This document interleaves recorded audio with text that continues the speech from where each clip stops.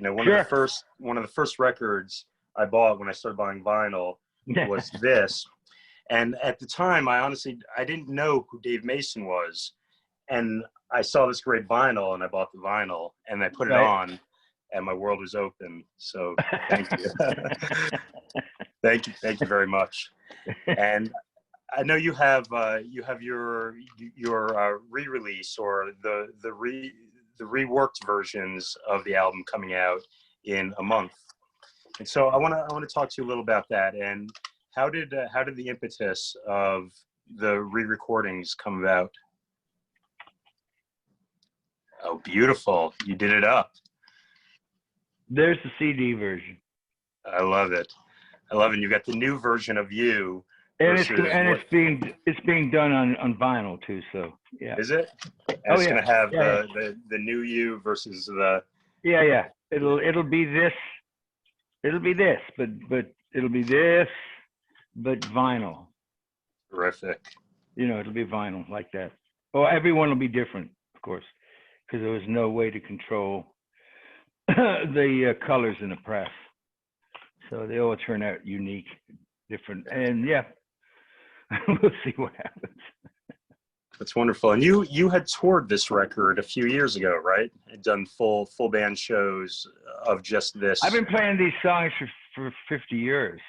I'm about touring, you know. But as a whole, didn't you do one tour or a couple tours that was just you were going to play one set of Alone Together, and then one with a couple of your hits? Yeah, I think we did. I think we did something like that. I don't know if I've ever. We'd probably split it up, but the point is, I mean, I'm like the songs of a lot of them. I mean, I've just been doing for so long. It just they've never not been in the set. So, you know, it's an ongoing thing. And you indicated the reason that you re-recorded it was you were never satisfied with the vocals on the original. I know the original. I love the vocals in the original. Not really. I don't really. It's not my. No. I mean, I'm a guitar player. Good singing and all that stuff. I mean, you had to do in order to get gigs when you were younger. So I mean, I'm really a guitar player. So I just taught myself to sing and write and do the rest of it. But essentially, I am a guitar player. So singing wise, no, I really wasn't. I was never really happy with it. And the songs are great, and there's some good stuff, and there's some cool stuff on that beginning album. The songs just are strong. They just hold up, you know, even now. Because I tend to write timeless themes. Yeah, they're great songs. So the themes of the songs are pretty much timeless. How they sound, how they're produced, audio-wise, is, you know, you can, whatever the flavor of the month is, you could do it that way. There's a lot. You can interpret the songs any way you want. A lot of my songs, I mean, so. The songs hold up, and doing the album again was really, it was not just that, it was really just I was really doing it for my own amusement, frankly.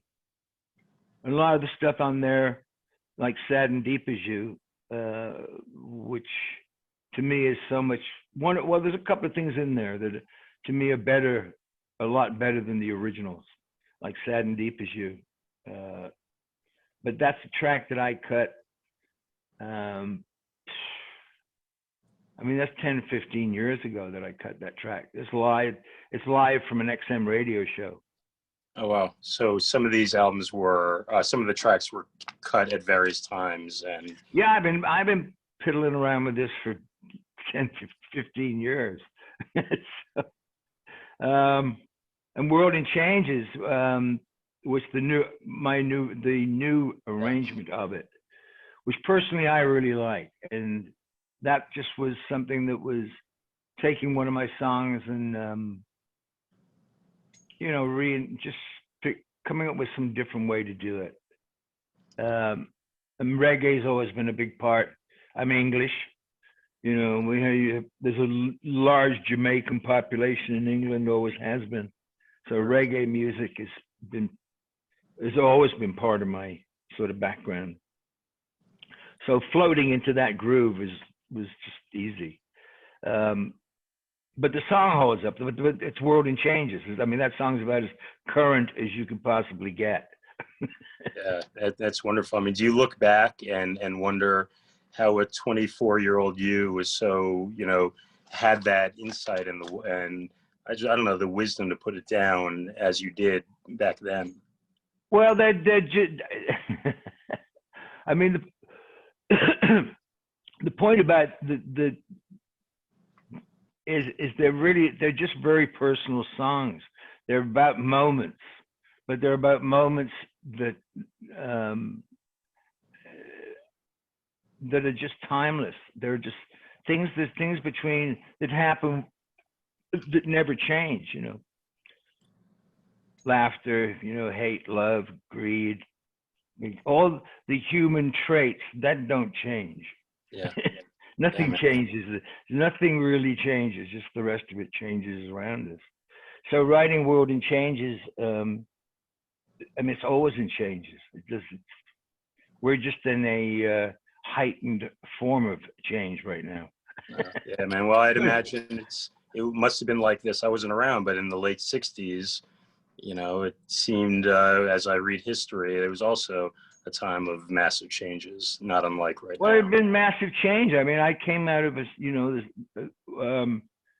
know, 5 years of the whole world being at war. I'm that product. I'm out of this. So change is always happening, and it's always going to be happening. So to write a song like that really is the reason why it's current. It was current then. It's current now. It'll be current tomorrow. It's just World in Changes. So a lot of the songs are timeless. So that's why, and I've done a lot of them on the show, and they seem to hold up. There's been a few cover versions of Only You Know and I Know. There's been a few cover versions of Sad and Deep as You. So anyway, the rest of it, you know, cutting that World in Changes, which are made different, but you'll still be able to get the new old version if you want that. If you insist on being a purist and you have to go that way, then I cut a version of it that way. So,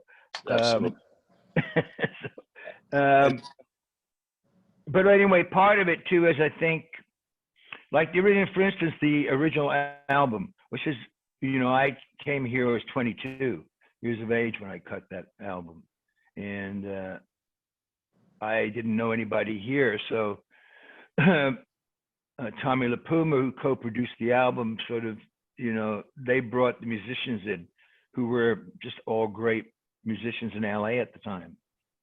But if I'd have had that band on the road for about a month before going in and actually cutting that record, I probably would not be redoing it now, actually. Yeah, I mean, the different. players. It would have a little more energy to it. It'd have a little more. Guys would know it. They'd be playing it and not thinking about it while they're doing it.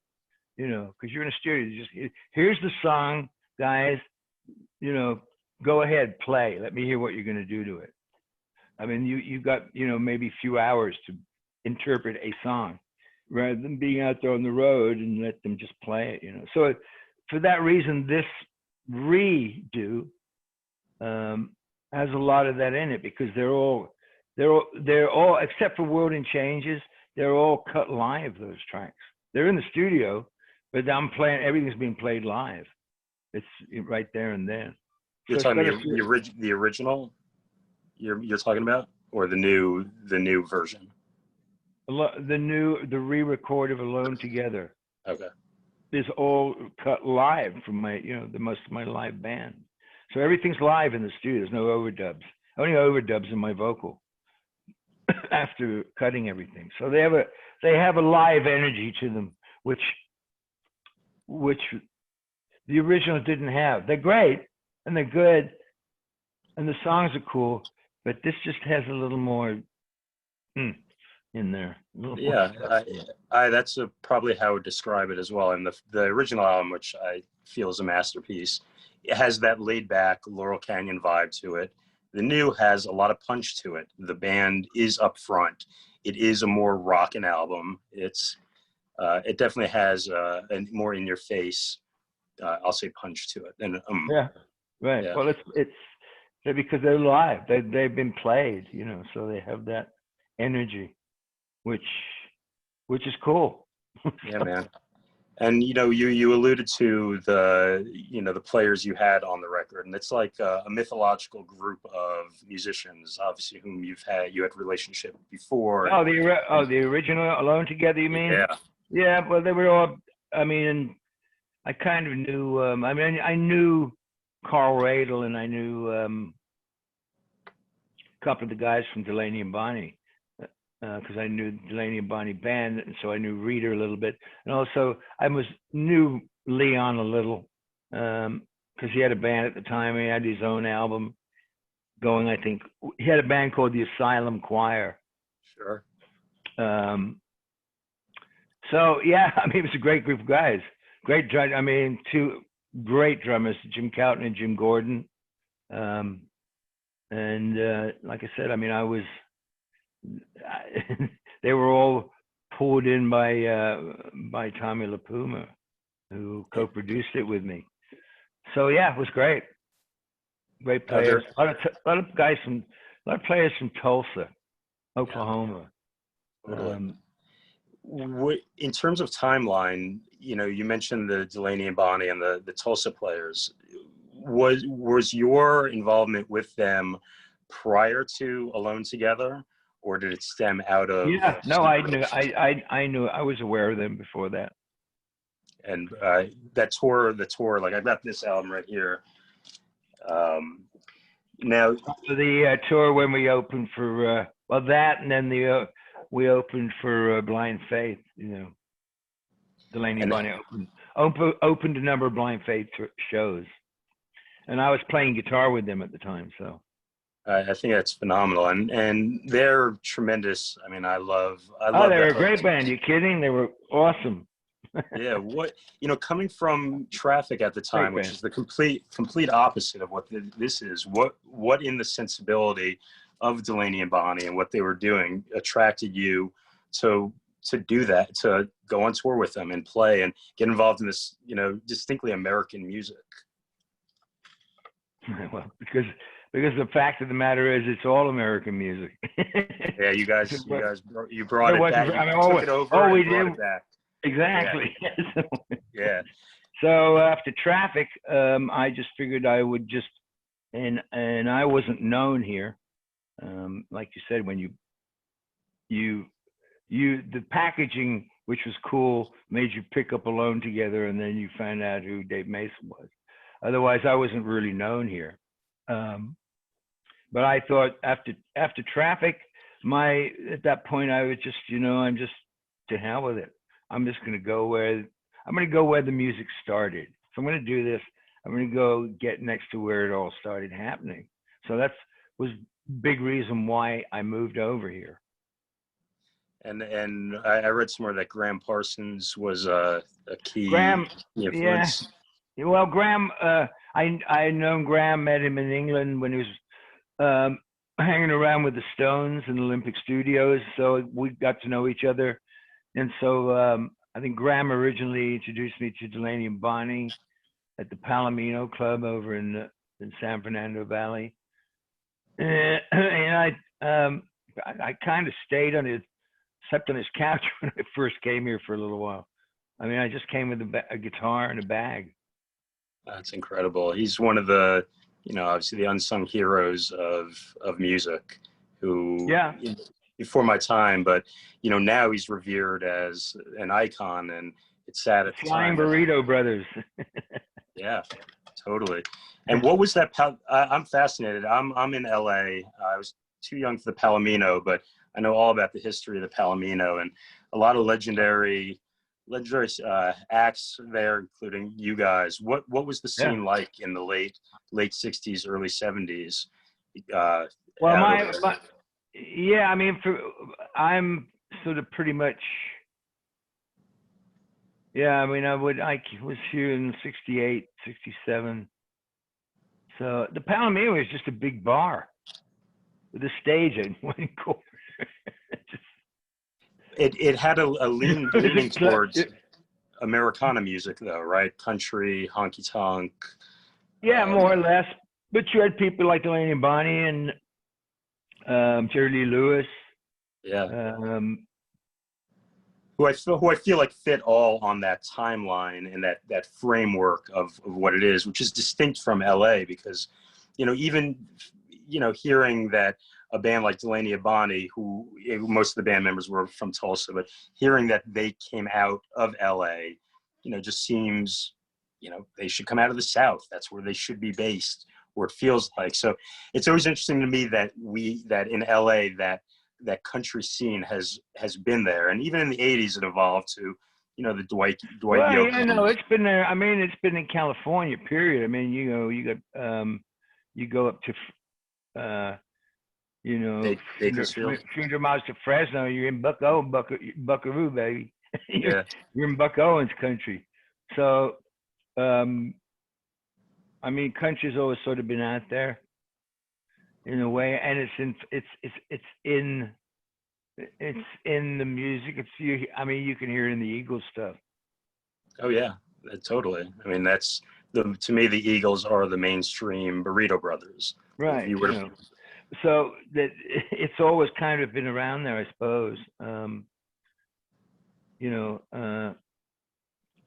man. Well, I want to ask you a little more about the time period, particularly around Alone Together, because it's a fascinating to me, and I think a lot of people who will be listening to this, and a lot of people who are students of music history, find that period and your involvement in the All Things Must Pass sessions and the Derek and the Dominoes, and even with Mama Cass, in just such a compact period of time. And I want to ask you a little about particularly the Derek and the Dominoes, because I was just doing some research as to what timelines look like, and I saw that Alone Together, this came out in July of 1970, right. And the first show that you did with Derek and the Dominoes was in June of 1970. And so I'm curious, when you were doing that, obviously, Derek and the Dominoes did their thing. Was your thought that you were going to do a solo thing and be in a band? How did it? What was your thought, just in general? Because you had the record coming out, you had just this making awesome a band record. that you could join. I mean, the record, I always thought it was. I'd always, in my mind, that it came out in January 1970. But the fact of the matter is, it was. I think I finished it around January. It was done. Yeah, that's right. It was 1970, and then it came out a few months later. So I was just, I was in the same space I'd been in when I arrived. I just, bag and a guitar. There was nothing going on. I had no record out. So I was, floating around doing whatever was happening. And I was never looking to be. I mean, I never got into this to be a quote rock star. Okay, there's a few great rock stars. Steven Tyler's a rock star. Mick Jagger is a rock star. That was never my drive. Mine was just to make music, make some money, have a great time, meet some girls. That was the impetus when I started. Yeah. Amen. That's a motto that for was life. It. Okay. So being that out front guy for me is a little, I like being part of a band.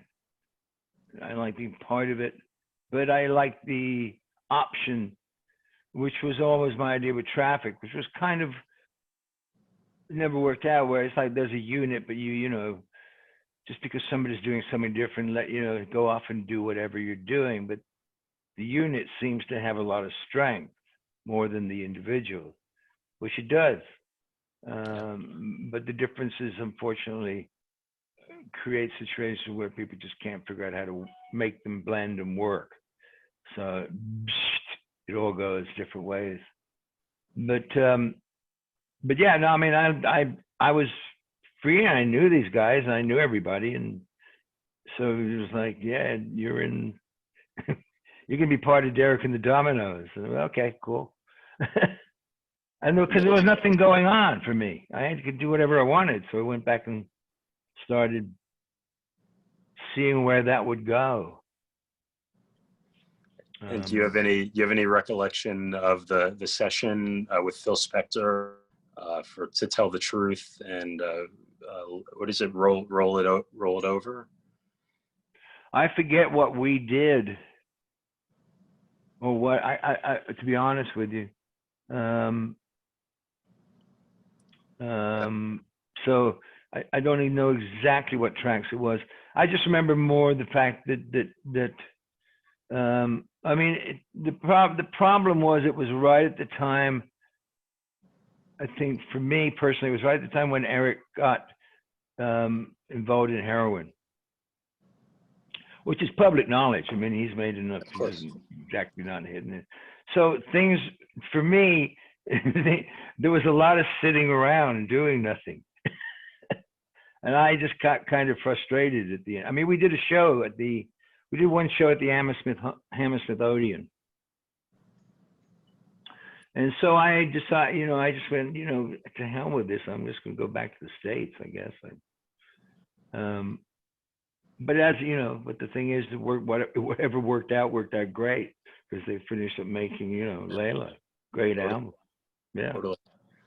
But that was what was kind of going on for me at the time.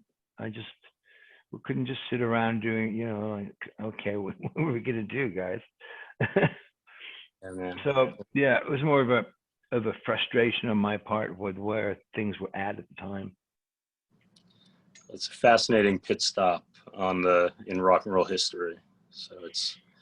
Yeah, well, I'd known Eric, I mean, a little bit on and off from England, obviously, not very well. And actually, at one point, when Cream broke up, myself and Ginger Baker and a guy named Bobby Gass, because Ginger wanted to put something new together, there was put a group together called Salt, which we kind of fooled around with for about a month, and then I just said, well, this is too much like Cream, and I ain't Eric Clapton, and this is not going to work for me. So that kind of fell apart. But I was just floating around doing whatever, anything, until Alone Together came out. And on Alone Together, on this idea of having the group unit, I read that the songs from Alone Together you'd been writing for about 2 years. Yeah. Before. So, and at some of that time, I'm imagining you were in Traffic. Was any of the idea for some of these tunes to be recorded with them? And then after you left Traffic, they would have all been. Well, the thing is that in the end, I didn't leave. The thing is, I had to leave. But some of those songs would have been, they would have been on the third Traffic album, for sure. Not all of them, I doubt, but some of them. Did you have an opportunity to share them? Ended up on Alone Together. I had no other option. It was like, okay, let's give it a shot. I'll see what happens. Did you ever have the opportunity to share any of the songs during that period with them? No. And then after in that 2 years, were you recording any of them, or was it just culling all the songs together for this? I didn't record anything until LA and Alone Together. That's a good first start. And then I'm guessing right after that, was that when you did the Mama Cass? Then I did the thing with Cass, mainly because she was, Gram had taken me up to her house when I first got here to go say hi, visit, introduce me around. And it turned out there were a couple living there that were really good friends of mine from England that I didn't know were there. It was like, oh my God, people I know. This is great. So I spent a lot of time going up there because of that. And out of that, got to know Cass really well, and that thing just came out of sort of, you know, like you have to know somebody a long time and being there and dinners and parties and just hanging out, and sometimes making some music together, you know, sitting around. It was like, well, you know, let's just record something. So it sort of came out of that, you know. It was she and her place were somewhat, for me, as a sanctuary, you know. I mean, I'm 22, 23, and I'm it's basically 7,000 miles from home and don't really know anybody here. So it became a sort of little place to go. Yeah, familiar. There's been a number of artists over the years whose interviews I've seen or who I've spoken to who've said similar things about Cass's place, and just general Cass as the ultimate mama of the Los Angeles scene. Yeah, Cass is cool. She had a great sense of humor. Yeah, man. She should have been the contemporary Sophie Tucker is who Cass should have been. And is it right that she was originally going to be the producer of the album? I read that somewhere also, and I don't know if that's a fact or not. No. I think it's whoever reissued the album a few years ago had it on their like liners. So that's an error right there. All right, and last question for you. Actually, I think you answered most of it. I just want to say thank you for this. Thank you for the great music. Oh, I know what I remember now. You know, I read also that the masters for this were destroyed in the 2008 fire, which makes I understand. Yeah, the original masters, I think, were destroyed in the Universal fire. And which is terrible, and it makes it more important that you've re-recorded these songs. And I'm curious, you know, some artists weren't, you know, they didn't know until the article came out a couple of years ago. Right. Were you aware, or did you learn at this time when it became more public knowledge? Yeah, just when it was public knowledge. Bummer. We're just the artists. We're just, you know, we're all last to know. Yeah. So anyway, the CD, which is redone, which is really good, guys, is you can go to davemasonmusic.com is where it will be available. You can pre-order, and it is going to be in vinyl. So all you vinyl freaks out there. All of us. It will be. At least you don't have to use the album jacket to clean your pot anymore. I still do. I still do. Don't worry. That's part of the nostalgia of it all. Okay, good. Yeah. Good. Part of the ritual. Yeah, totally. Do you still have your records or spin any? I have there. Well, we're kind of over here living for. I mean, we're kind of I'm in limbo basically, and I'm until I can get back to work. So right. I'm, you know, fortunate that we're sitting it out here.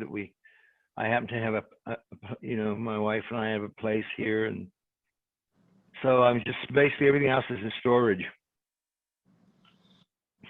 Till some kind of normalcy gets back in. Hopefully sooner or later, and hopefully we'll see you on the road. Yeah. Rocking and rolling, brother. Well, Dave, thank you so much. I appreciate your time. I appreciate all the great music. You're welcome. Look forward to connecting again. Thank you. Cheers. Have a great day. You too. Bye. Bye-bye.